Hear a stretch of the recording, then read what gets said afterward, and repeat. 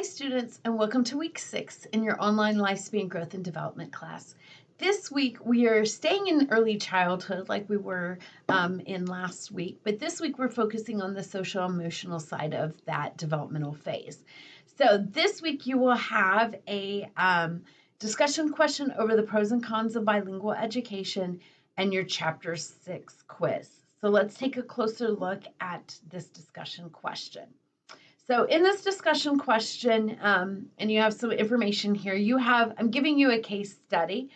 Tyler and Teresa have a daughter, Gracie, and they are at odds with one another over whether she should be put into a bilingual program during kindergarten.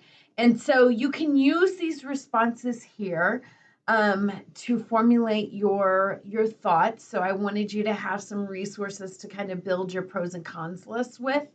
And so those are there for you. Your book also addresses the pros and cons of bilingual education.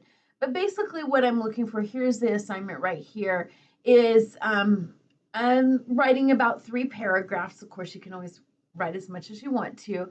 But one paragraph will be about what is cognitively happening with the child at this age and why it's known as a sensitive period for learning a language. So that's one paragraph. The second paragraph is giving me 5 pros and 5 cons of bilingual education. So I want you to stretch it out, even if have an opinion over you're for or you're against it. In the second paragraph, please make sure you do both. Look at both sides of that pros and cons.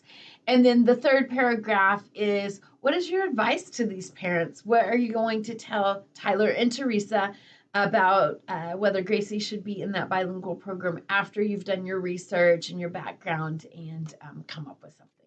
So about 3 paragraphs. Remember, if you use any resources to cite them, that'll be your initial response. And then please don't forget to respond to at least one classmate's post to get full credit on this discussion question. So have fun exploring this topic. Don't forget about your quiz. And if you have any questions, don't hesitate to reach out to me. Take care and have a great week, everybody.